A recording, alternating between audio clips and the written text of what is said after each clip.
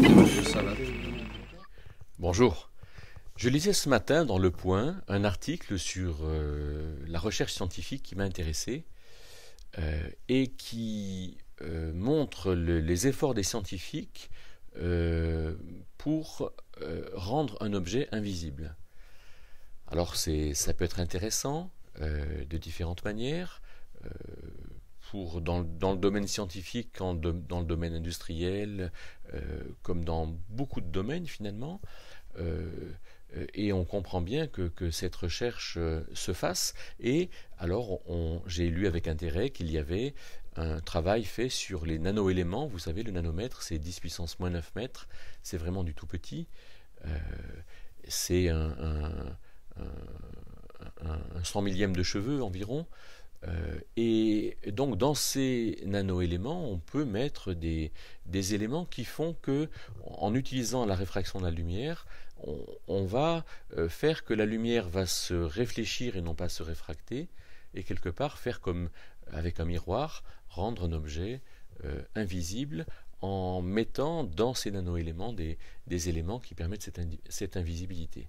Alors pour l'instant, il semblerait que cette invisibilité soit possible que dans une couleur donnée, et une couleur tout à fait spécifique, d'une part, ce qui rend les choses assez difficiles, et d'autre part, avec une épaisseur donnée qui n'est que de 3 fois la longueur d'onde de la couleur, ce qui fait que la chose est vraiment, pour l'instant, d'un intérêt extrêmement réduit, mais quand même, elle existe.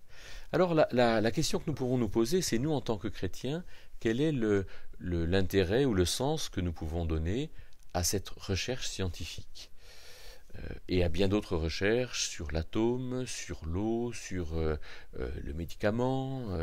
Dieu n'est-il pas le Dieu souverain qui nous donne tout et qui finalement devrait nous permettre d'être tous en bonne santé, riches et paisibles.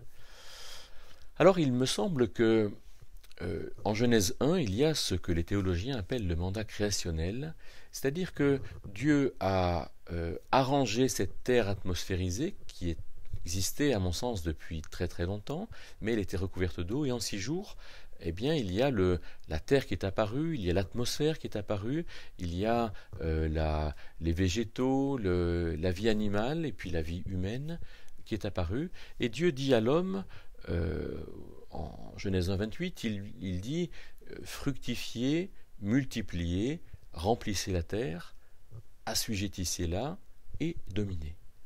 Alors il me semble qu'il appartient à l'humain de remplir la terre que Dieu a créée, remplie de minéraux et de végétaux et d'animaux, mais Dieu demande à l'homme d'assujettir la terre, de lui donner finalement une direction, un sens, une organisation. Et Dieu est créateur, mais l'homme quelque part est procréateur. Et à la suite de Dieu, eh bien l'homme est responsable de faire un ensemble de choses qui vont montrer qu'à l'image de Dieu, il est aussi capable eh bien de remplir, de faire fructifier et de donner quelque chose de cohérent. C'est ce que nous voyons aujourd'hui sur la Terre, avec la capacité de se déplacer, la capacité d'organiser, la capacité d'être en relation avec le téléphone, avec l'ordinateur, avec les vidéoconférences, la capacité de protéger avec finalement les systèmes d'alarme, avec quantité de choses. Et cette recherche scientifique, eh bien, je crois qu'elle est bonne. Et Dieu donne à l'homme cette responsabilité d'entrer dans cette recherche scientifique et de le faire eh bien, pour la société, pour l'organisation sociale, un peu comme on le voit dans le Pentateuque, avec des lois sociales qui vont faire qu'il pourrait y avoir de la liberté, avoir un intérêt à vivre, un plaisir de vivre, et aussi une grande humanité dans les relations humaines et dans tout ce que l'humain peut faire ensemble de bon, c'est-à-dire de vivre une bonne économie, de vivre une bonne écologie, et de comprendre comment finalement retraiter tous ces déchets que nous produisons, mais des déchets qui peuvent servir à quelque chose ou qui peuvent finalement être reconditionnés par le feu, par exemple, toute chose fondant dans un magma en fusion, par exemple.